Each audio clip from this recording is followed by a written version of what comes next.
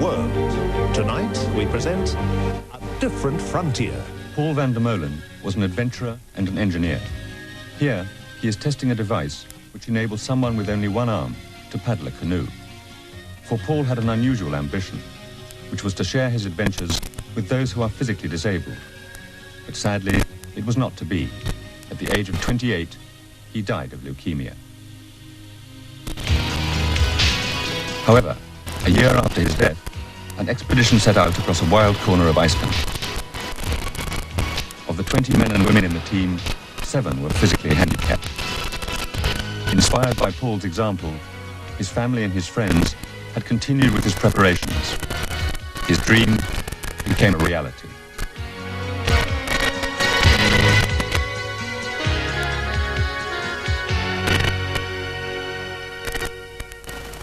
Carefully selected by the team leader, the members of the expedition come from many different parts of Britain.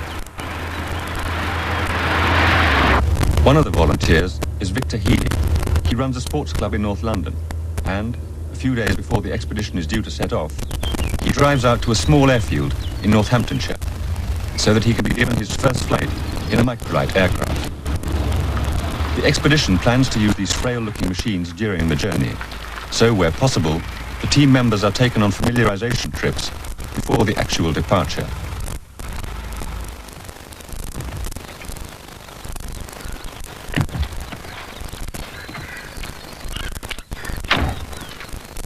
Victor Healy is one of the 7 disabled members of the team.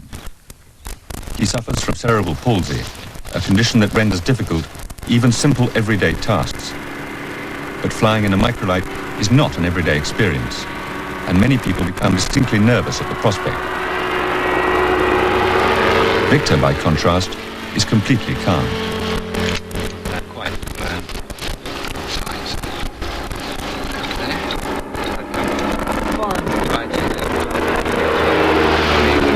That's to choke you.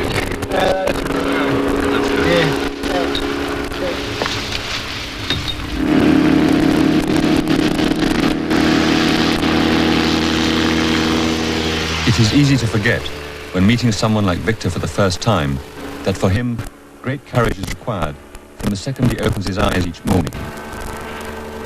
Everything in his life is a battle, and locked inside his fragile form is a man of intelligence and enormous determination.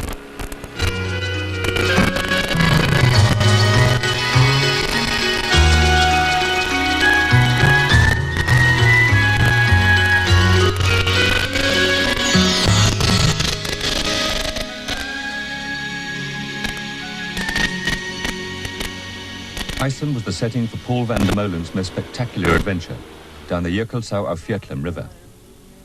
His team was the first to employ microlight aircraft on a major expedition for transport and for reconnaissance. This second expedition plans to use similar techniques, and Iceland has again been chosen as the setting, both in Paul's memory and also because Iceland offers the challenge of an empty wilderness that is nevertheless accessible. Every such venture attempts to push back, if only a little, the frontiers of knowledge and experience.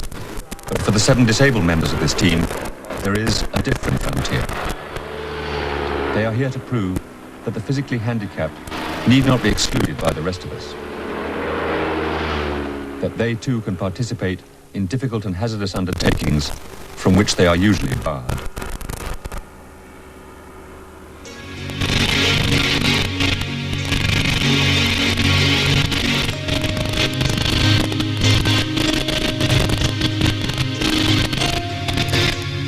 "75 miles northeast of Reykjavik, Iceland's capital, lies the Langjökull glacier. The plan is to cross the 20-mile-wide glacier using various types of mechanical transport, and then to run the gorges of the Hvítá river in rubber rafts and canoes, a journey which will take some 2.5 weeks. The oldest member of the team is Jack van der Molen, Paul's father.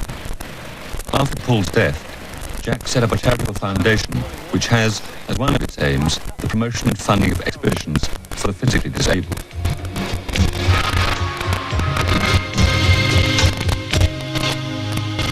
Into the last ice age. Small though it is, it can nevertheless create its own mini-climate, and the weather can change with astonishing speed.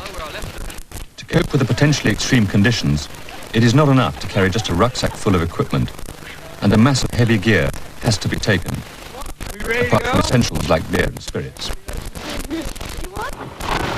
To move it all, the team has been lent an ex-US Navy snowcat, which is over 25 years old.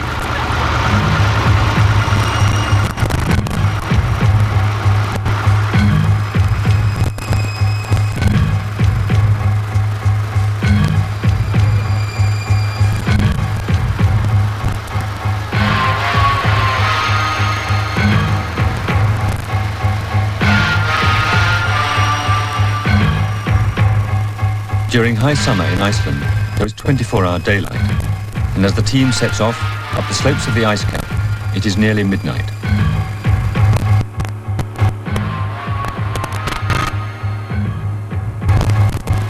Several members of the team have never been on skis before, but luckily, it requires no great skill to be towed by a snowcat.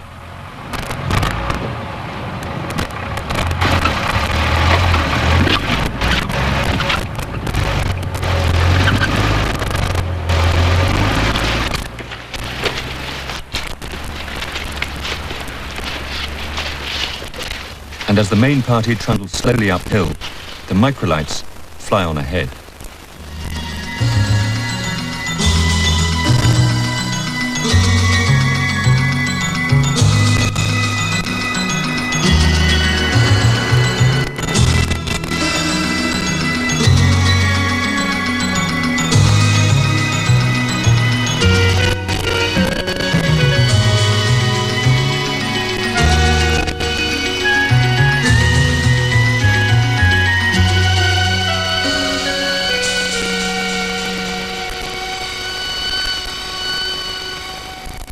By the time the campsite is reached, the weather has already changed, and it is getting worse by the minute.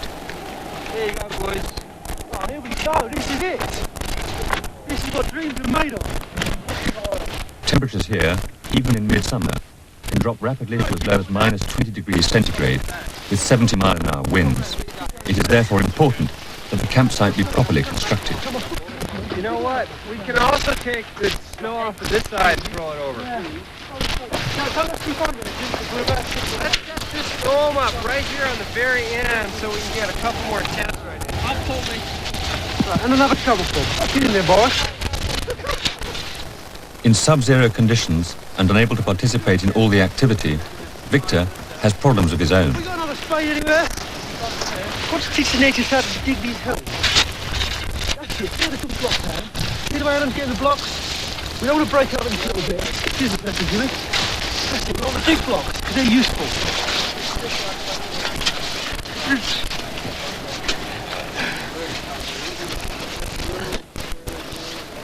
You all right? Yeah. The whole team soon come to realize that Victor is a man of indomitable courage, and despite all his difficulties, he never complains nor asks for special consideration.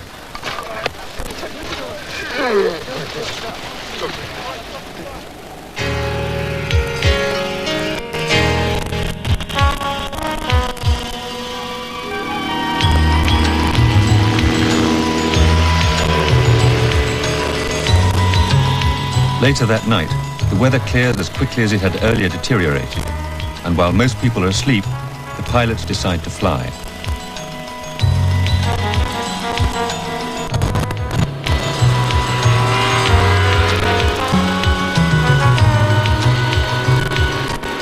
Mary Ganjakowski, the expedition doctor, is taken up for her first flight by the team's Icelandic pilot, Kári Guðbjörnsson.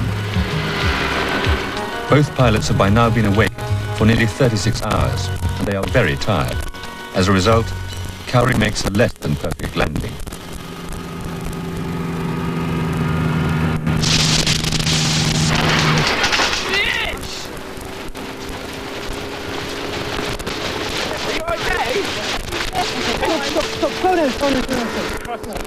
Just get them out. Stop taking it out. You back okay? Yeah, sorry.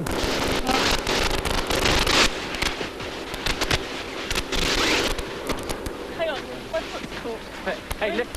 lift the bar, slowly, slowly. I got it. Yeah, with you, Tim. That's good. Start. Okay, Right. just move away from here, just get away. Everybody just stop. Alright, everyone's okay. When the crash is seen in slow motion, it is even more surprising that no one was hurt.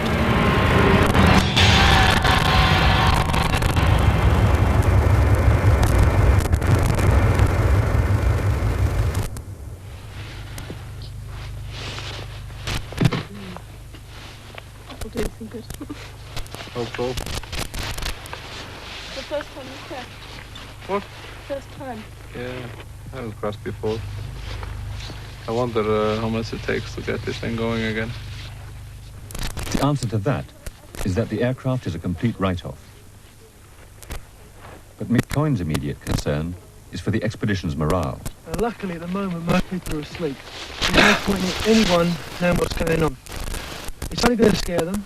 We've got another couple of weeks to go. The best thing we can do is to take this thing apart completely, get it folded up, put away, wrapped up, and just tell everyone we had a small accident during the night, damaged the wing, propeller, and we've got to wait for a new one to come out. Or survive without it, it doesn't matter.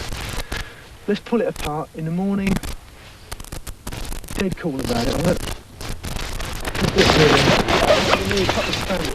There's a tool here you use to get the battens out. Could I have the tool down here, please, to get this one out? Despite all the noise and excitement, the rest of the team are so exhausted that they sleep peacefully throughout the whole incident, and no one ever doubts Mick Coyne's little white lie. The expedition is left with just the one machine, but that is enough for river reconnaissance. The following day, training starts. It's quite simple. You have a brakes, like gas, Right. switch on, and a hand start. Right. And careful when you're driving fast. Right. Since Victor already drives a car in England, there seems no reason why he should not be able to drive a Siglt on a glacier.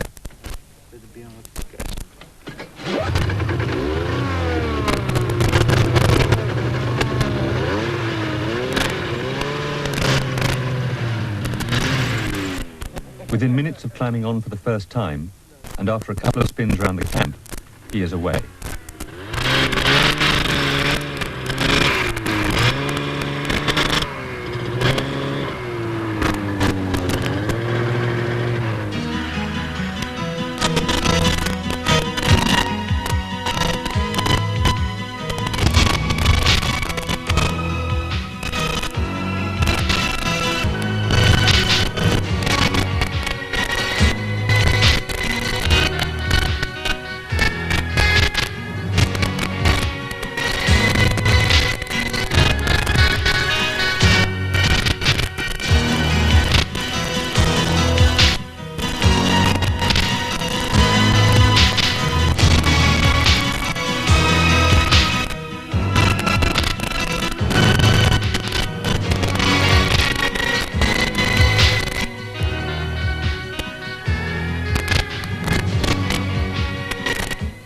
One of the pupils, Annalisa den Engelsee, is deaf, and the instructions are translated for her into sign language. So Annalisa, would you like to go first?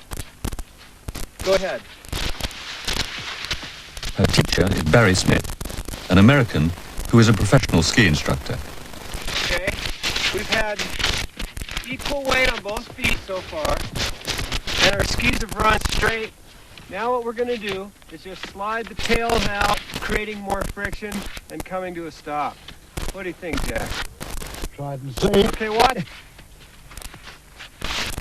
Nice and relaxed.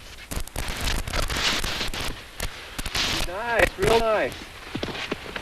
Okay, Annalisa, nice and relaxed. Real nice. Come on, let's go! Sit down! Hey Barry! You broke your hand? The weather starts to deteriorate rapidly, and the forecast is worse. So the decision is made to get off the glacier as fast as possible. Because of the condition of the ice on the far side of the glacier, it is not possible to take all the heavy equipment, The plan is that the snowcat should tow the main party as far as it can, returning to take the rest of the stores back the way they had come. The two pilots are also left behind, along with the microlight.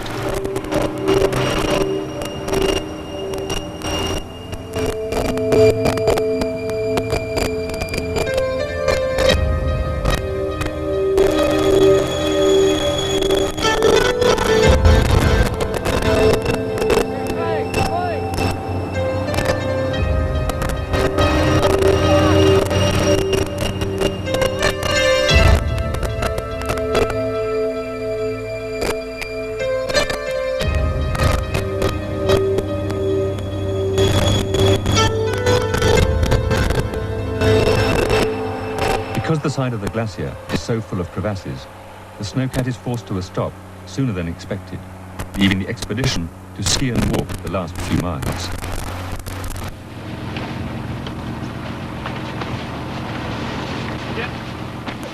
They can take only as much equipment as they can carry. Do you need someone in front of you with a colour on? I should be alright, so long as there's someone else wants to wait. Great.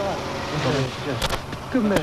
No one else a problem? You ski 2 people. For those who had never skied before, coming off the side of a glacier with 50 pounds on their backs proves to be a tricky business.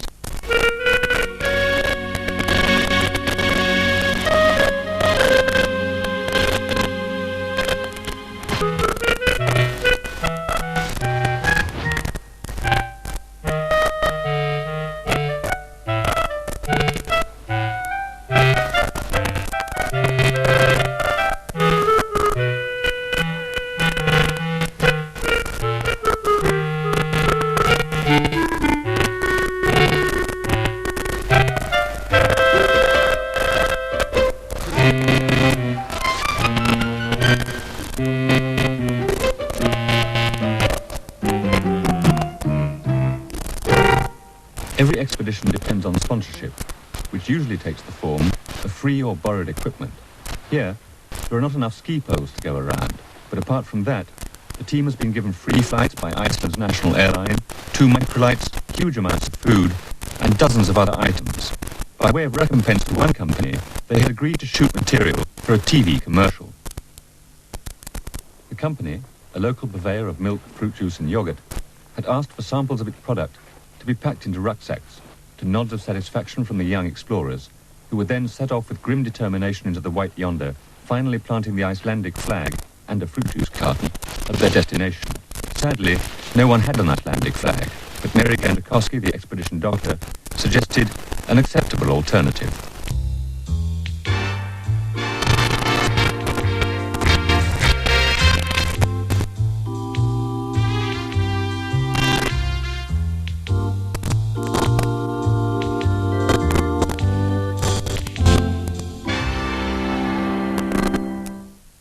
Flows from a lake on the eastern side of the Langjekot glacier. The team had paddled to the head of the lake to admire the cliffs of the glacier. As if to underline the personal tragedy of disability, Fintan O'Donnell, unable to see the subtle colouring or to distinguish the detailed structure, has to have it described to him. There's a really beautiful turquoisey blue and patches. If you turn your head round a little bit more, that's it. Look up towards the skyline and you can see a darker patch. It looks just impossible to walk over. It's just a mass of pinnacles twisting and turning. Blocks of ice, the size of bungalows almost. Yeah.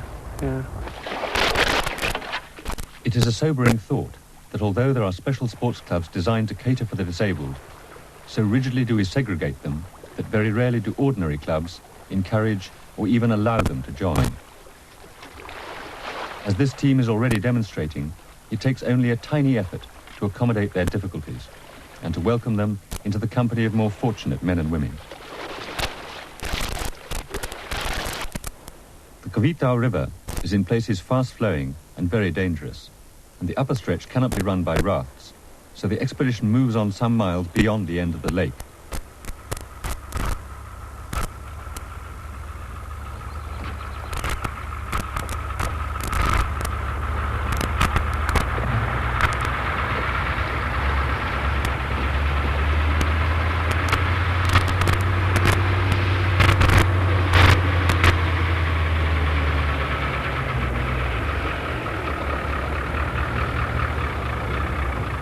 River rafting is not a common sport in Europe, but it has a large following in the United States. The rafts that the team are using are specially designed for the job, and they are made in Britain. The company that makes them has sold only 12 in the past year throughout the whole of Europe, but to America they have exported nearly 600, and over there, these rafts are regarded as the best that money can buy.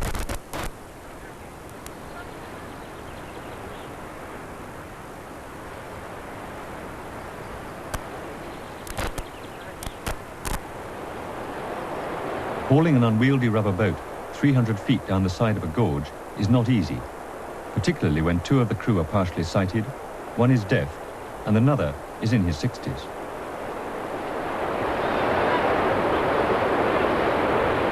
But this team is rapidly becoming expert at coping with minor complications of that sort.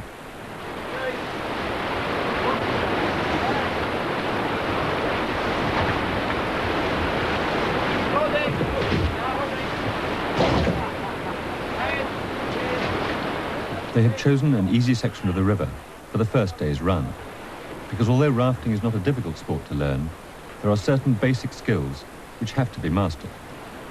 The chief instructor is the American Barry Smith, who, when he is not skiing, runs a canoeing school in Colorado at a place called Steamboat Springs. Okay, let's hold up. So first off, when we're riding along in the water like this, you hold onto the raft with your legs, pushing your legs in like riding a horse, okay? And if we're not in that type of situation, we want to stick under the raft somehow, just so we get some good purchase so we don't fall out. Okay, here we have a little bit of a rapid here. We should perhaps prepare to get ready. Let's get ready here. Okay, get ready. Start paddling. Okay, get ready. Let's paddle forward.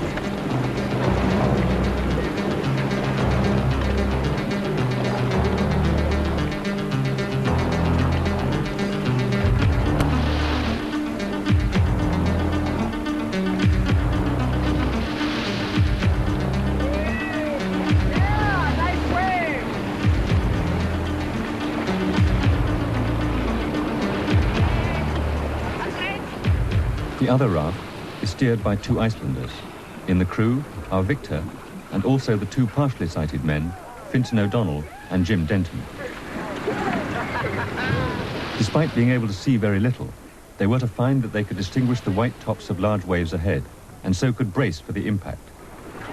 Since the only thing required of a rafting crewman is that he paddles and stays in the boat, their contribution was as useful as that of any able-bodied person.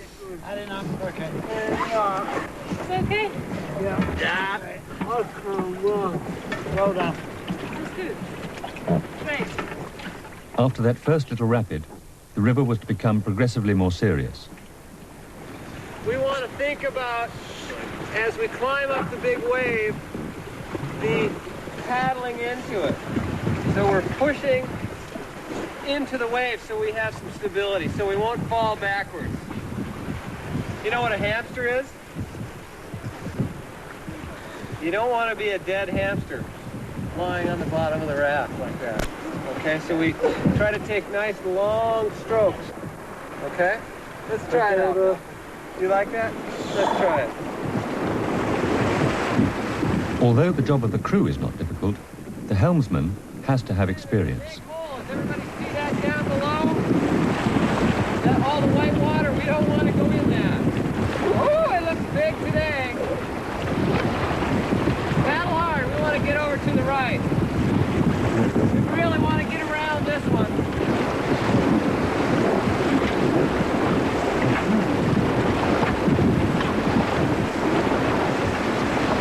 Paddle into the wave, right into it.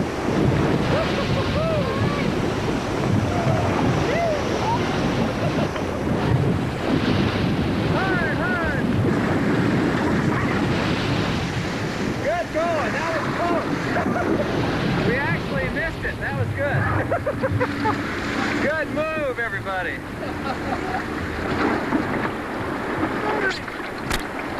That hole was enormous. How did you miss it? We tried to. You lying Torax, Smith. No. Get out of here. It's too You dry. haven't ever missed a hole in 20 years of rafting. Hey, I never hit them. You missed it. Well, no, we missed it. Unintentionally. Intentionally. The training was a success for all except one member of the expedition. Victor has decided to withdraw from the rest of the river trip. It might be expected that he is justifiably anxious about the risk of being bounced out of the raft and of being left helpless in the water, but that is not the case. If anything, his explanation is a much deeper reflection of the tragedy of his disability. I would have fastened in the raft. I enjoyed the swim, but the thing was, I couldn't row and swim the others, and I found, well, I suppose I found it frustrating in the way, because I couldn't do as much as I wanted to. The disabled often feel frustrated, not only by their own difficulties, but also by what they regard as patronizing attempts to shield them from reality.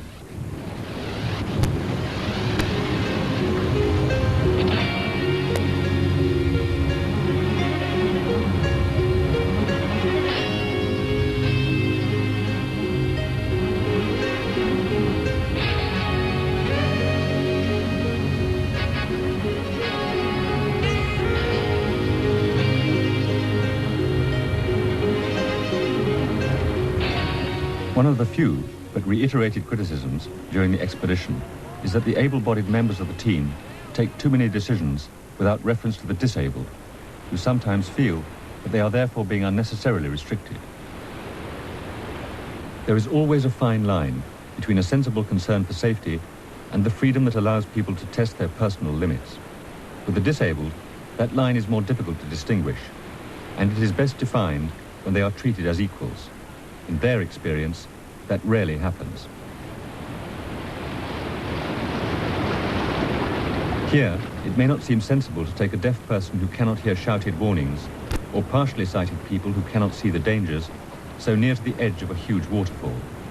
But they know their limitations, and if they themselves are confident that they can cope, then perhaps it is their judgment that should be respected.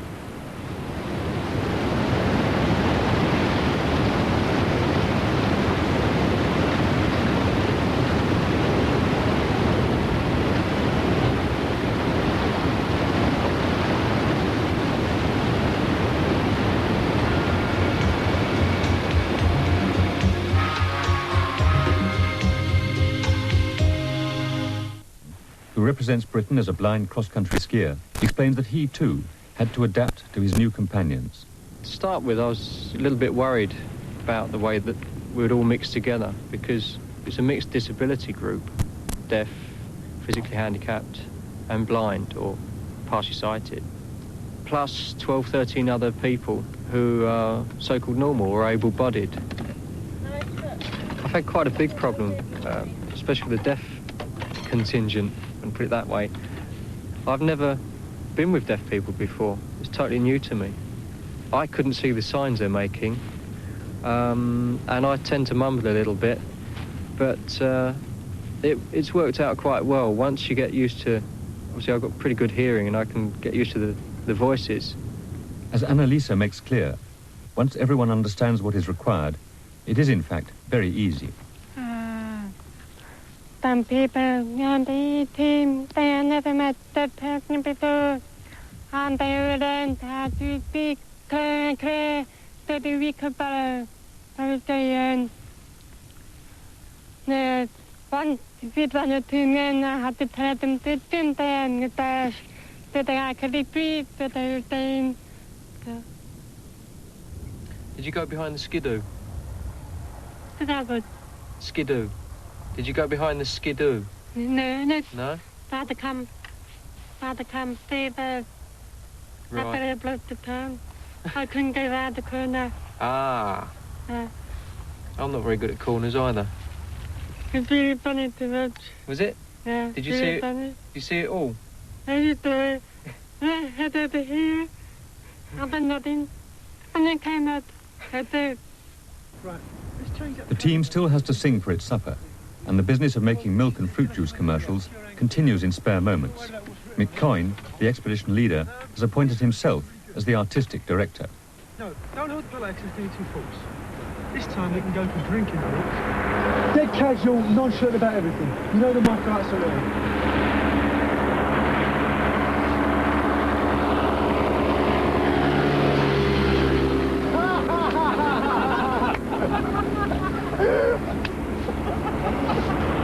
Look, I'm going to have to turn him around. I'm going to turn him around because of the label. Get yourself cleaned up, man. The company that supplied all the meat was inspired by the idea of using a microlight for an advert, but they sent a professional crew to do the job properly. That's a big job, though. Could you close your mouth, please? They brought their own stars, but they also asked for 2 canoeists from the team. One obvious choice was Dave Roos, one of Britain's top men in the sport. I'll forget the aid. Got the sack. Mr. Hollywood had a word with me. My boat was too dirty and my face was too ugly. These baggy eyes didn't quite make it today. Oh, too bad. Stardom. It all went in a puff. It must have been the face in the boat, I'm sure of it. Should have washed it. Is there any mustard on my beard? Or ketchup? Barry Smith gets the part instead.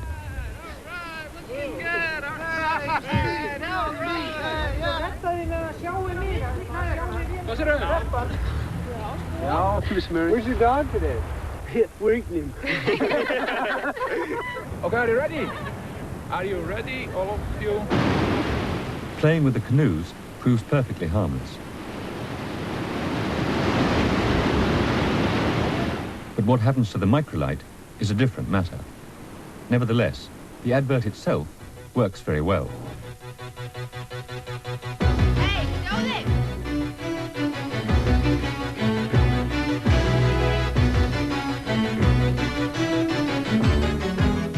Þarna kemur það. Hálfur skrokkur af fyrsta flokks fjallalambi í nýjum. The box that was dropped from the microlight contains not meat, but the director's Wellington boots. If it had contained frozen meat, the stunt might have worked better. But the box was too light, and what this advertisement understandably does not show is the last part of the microlight's flight overhead.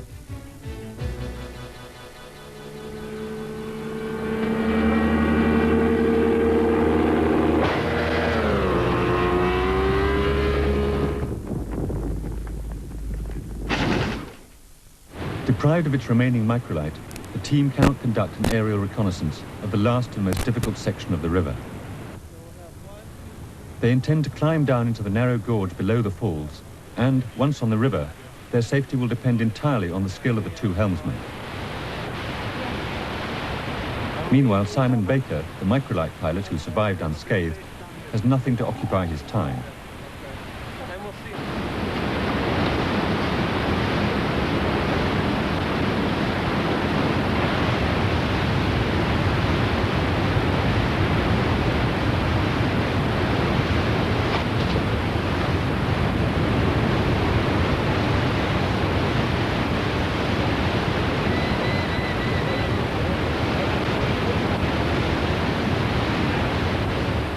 The operation is masterminded by Adi Thorvaldsson, one of the 3 Icelandic members of the team.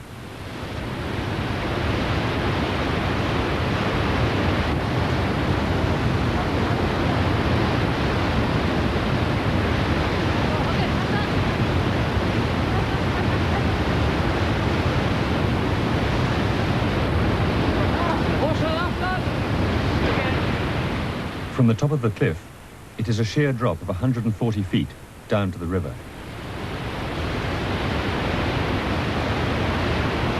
It's the same as the abseiling we did, okay? Only I'm in control of the rope, okay? All you've got to do is lean back, but I'm going to take all your weight, okay? So don't worry about that, I can hold you. I'll lower you slowly, okay? So you should have no problems, all right? Good. The spray-covered rocks are slippery and loose, and it proves to be a mildly unpleasant experience for everyone. But for Finton and Jim, who can neither gauge the distance below nor see where to put their feet, it requires considerable guts. Go on your knees, Sven. That's it.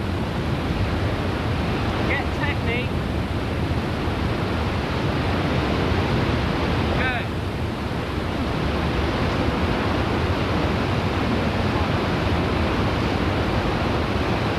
Watch your fingers. Okay.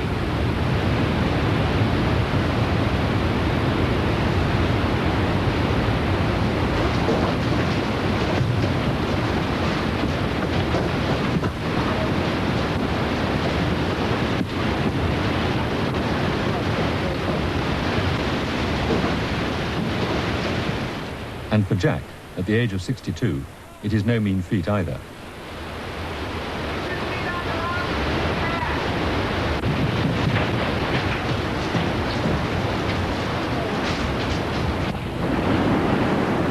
From the top of the cliff, the river had not looked too unfriendly, but at water level, its power is quite frightening.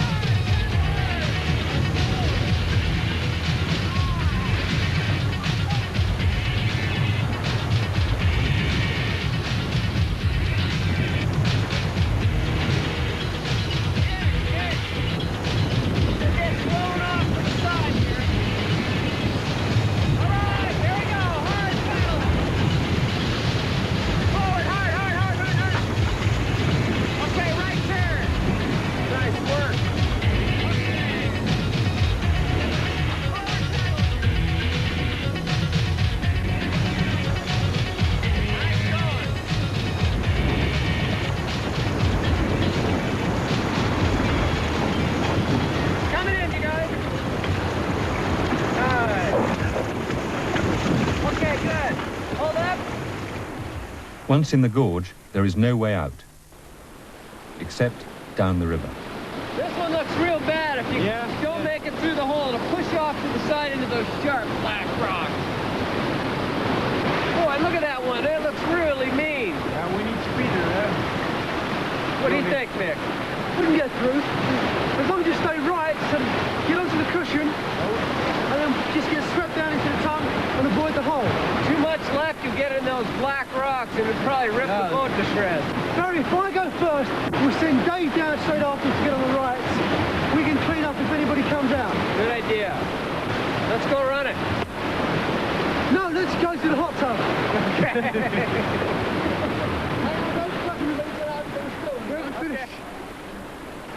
The three greatest dangers in rafting are to be pinned against a canyon wall, to rip the boat open on sharp rocks, or simply to be flipped over by a large wave.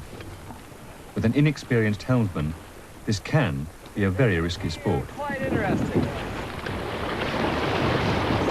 Okay, here we go. Okay, paddle hard. Woo! Yeah. Keep paddling. Hard, hard. Oh, this one looks good.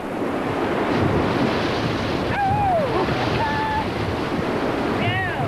Woo! Got another big drop coming up. Where's coming? Where?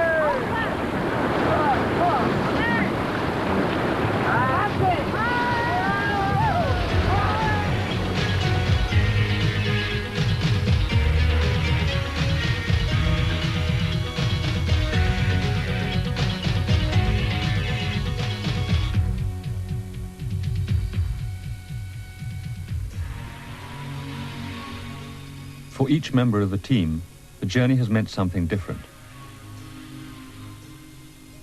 For Jack van der Molen, it has provided a glimpse into a part of Paul's life which helped to reduce the emptiness caused by his loss. I came to Iceland because I felt I had to try and make Paul's work go on. It was my only way of keeping contact with the son that I lost, and his work was too important just to let it die when he went.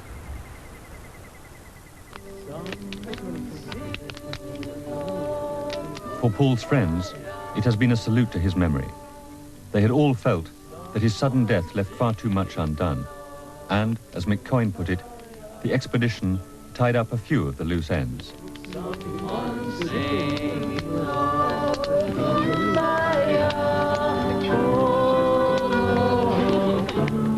The disabled members of the team proved without question that they are worthy of a place on such ventures and need not be segregated into special categories.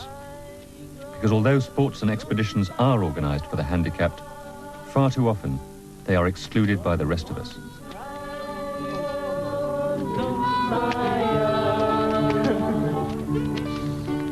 The main lesson learned was that it is irrelevant if a companion is blind or deaf or able-bodied. It is no more important than any other facet of his or her character. But the sad fact is, we frequently shun such brave and determined people solely on the basis of their disability.